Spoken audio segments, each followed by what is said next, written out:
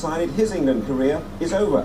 Ray Kennedy says in tomorrow's Sunday Mirror, "I never want to play for England again. I've been mucked about too often. I'm tired of being called up for international squads and being left out of final team selection."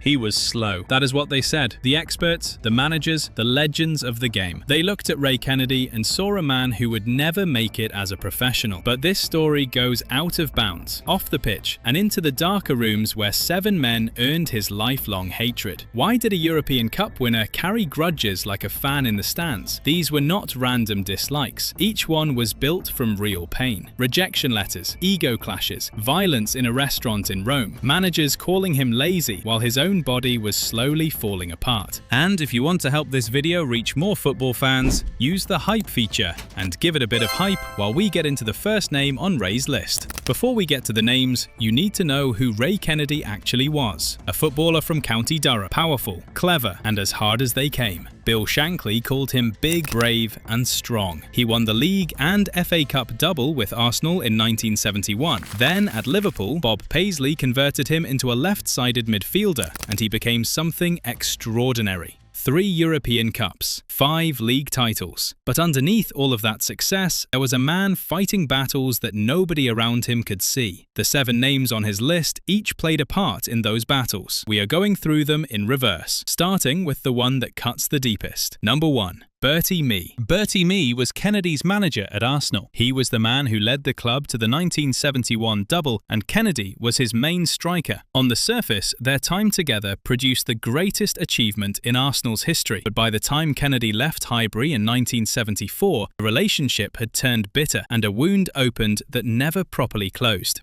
In Kennedy's final seasons at Arsenal, things started to go wrong. His energy levels were dropping. His fitness was trailing off. His goals dried up in a way that made no sense for a young player in his early 20s. Mee watched it happen and reached for the simplest explanation. He decided Kennedy was no longer trying, that his attitude had gone, that the hunger was simply not there anymore. In 1974, Liverpool came in with an offer. Mee accepted without hesitation. He let Kennedy go, and in doing so sent a clear message to everyone watching. This was a player who had let his standards slip, a young man who had lost his desire. What Mee did not know, what no one knew at the time, was that Kennedy was already in the early stages of Parkinson's disease. His right foot was beginning to drag. He was having trouble with small physical tasks, like buttoning his shirts in the dressing room. He was sweating at unexpected moments. His posture was changing in ways he could not explain. These were not signs of a lazy footballer. They were signs of a nervous system quietly beginning to fail. Kennedy was being blamed and shamed for a condition he could not yet name. He was being punished for being ill by a man who should have looked closer. That fundamental injustice stayed with Kennedy for the rest of his life. Mee had not been cruel for the sake of it, but the damage was lasting, and Kennedy never forgot it.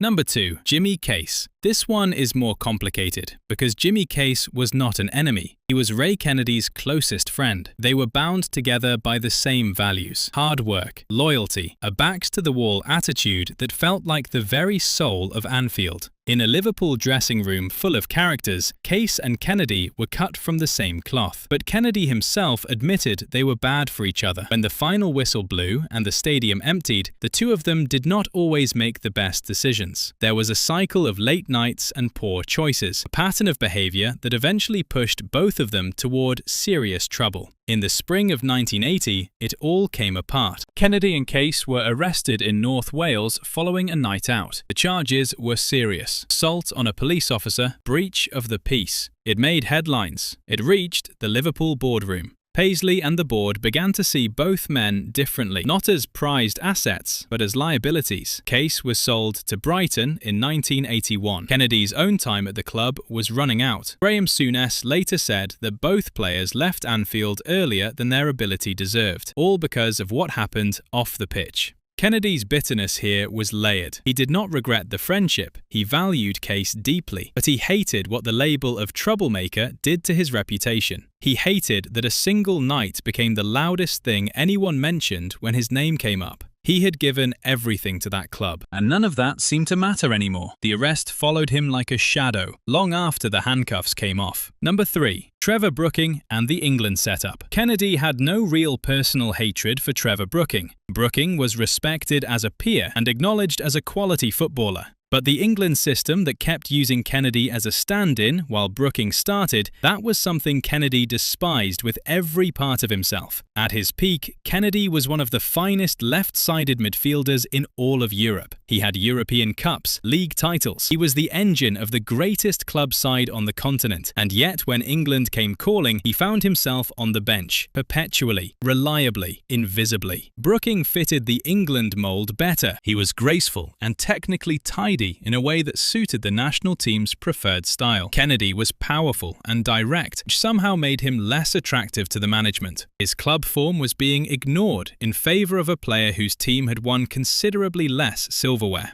In March 1981, Kennedy announced his early retirement from international football. He called it quits rather than continue sitting on the bench while in the prime of his career. It was a refusal to keep being treated like a spare option. He felt like a hostage to a system that had never truly wanted him. Bob Paisley, who knew Kennedy better than most, later described him as one of the most undervalued players the English game had ever produced. The England situation proved that point in the plainest possible way. Number 4. The Lazio squad. Picture a restaurant in Rome. It is 1970. Arsenal have just drawn with Lazio in the Intercities Fairs Cup. Both squads sit down together for a post-match meal. It should be routine, polite, professional. Instead, it becomes one of the most violent episodes in the history of European football. The Lazio players turned on Kennedy. He later said it was because of his face, his cheeky face, as he put it. His youthful confidence had been read by the Italian squad as Anglo-Saxon arrogance. They decided to make him pay for it in a very physical way. The brawl that followed was not a scuffle. It was a full-scale melee that spread through the restaurant. Kennedy and his Arsenal teammate Eddie Kelly were right in the middle of it. It only ended when Italian police arrived and drew their service firearms on Kelly. That is how serious this became. Not a push, not a shove, drawn weapons in a restaurant. Arsenal eventually advanced and won the Fairs Cup, but for Kennedy, the result felt almost beside the point. His bitterness toward Lazio had nothing to do with football. It was about the complete absence of professional limits. The idea that sitting down at a dinner table with a confident expression could make you a target for that level of violence was something he never got past. There were no rules in that room, just tribalism dressed up as sporting rivalry, and Kennedy standing in the middle of it with a cheeky face and nowhere to run. Number 5. John Toshack. John Toshack appears in Kennedy's story twice, once as a player and once as a manager. Both times, the experience left a lasting mark. When Kennedy arrived at Liverpool in July 1974, the world looked full of promise. Shankly had just bought him and described him as a top-class centre-forward. He was the expensive new signing, man who was supposed to carry Liverpool into a new era. But almost immediately, the plan fell apart. Toshack had been injured. While he was out, Kennedy started. But then Toshack came back fit, and the moment he did, everything changed. Toshack and Kevin Keegan had a partnership so instinctive that it seemed to operate without thought. There was no space for Kennedy anywhere near them. He played 16 games as a striker and scored only a handful of goals. He felt, in his own words, like a spare part. The frustration nearly broke him. He came close to leaving. He had been sold on the idea that Liverpool was a place being built around him, only to find himself wandering the pitch without purpose or identity. It was a deeply uncomfortable period, and the resentment toward Toshack for occupying that space never fully disappeared. The second chapter was the more painful one. Kennedy later played under Toshack as a manager at Swansea after his Liverpool career ended. At that point, the Parkinson's symptoms were worsening. Kennedy was slower, his movement was heavier, his body was betraying him in ways he still struggled to explain. And Toshack, rather than showing patience or concern, told Kennedy he was not trying.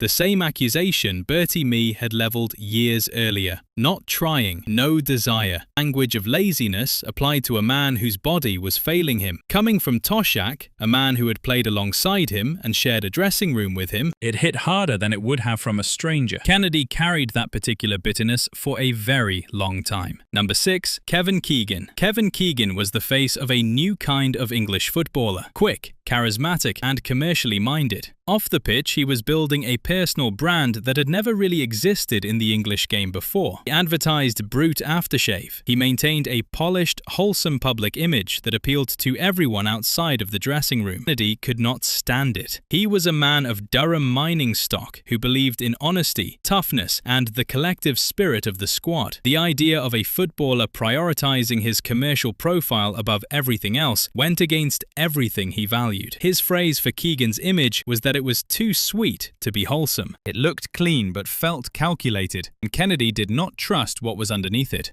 Tactical situation only deepened the dislike. Kennedy had come to Liverpool as a striker, and Keegan's dominance made him invisible. Together with Toshack, Keegan made the forward positions completely closed to Kennedy. He was surplus and unwanted in the position he had been recruited for, standing in the shadow of a man whose public smile he could not respect. The cultural divide between them never bridged. Kennedy valued the backs-to-the-wall culture of Shankly's Liverpool. Keegan represented something newer and shinier, and Kennedy saw it as a threat to what made the dressing room great. They worked together on the pitch. They never truly worked anywhere else. Number 7. Sir Stanley Matthews. We finish where it all began, with a letter and a 16-year-old boy from the northeast who just wanted to play football. In 1967, Kennedy went to Port Vale for a trial. The man overseeing youth development there was Sir Stanley Matthews, a knight of the realm, a wizard of the dribble, one of the most celebrated players in the history of British football, a name spoken with reverence by everyone who had ever kicked a ball. Matthews watched Kennedy and made his judgment. He sent a letter. He told the young Kennedy that he was too slow and too ungainly to succeed as a professional footballer. Imagine being 16. Imagine having your dream assessed and dismissed by someone the entire country considers a living legend. It was not just a rejection, it was a verdict, a definitive statement about who Kennedy was and what he would never become. It hit him hard, and it hit him deep, but Kennedy did not throw the letter away. He kept it. For years he held on to it and carried it as fuel. Every goal at Highbury, every tackle at Anfield, every European night under the floodlights was a quiet answer to those words. Too slow, too ungainly. 3 European Cups say otherwise. And there is one final layer to this, and it is the cruelest irony of all. What Matthews saw and called ungainly was almost certainly the very earliest signs of Parkinson's disease working on Kennedy's body. The heaviness in his movement, the way his stride looked wrong to a trained eye. It was not poor technique. It was not a lack of athleticism. It was his nervous system already beginning its long and quiet decline.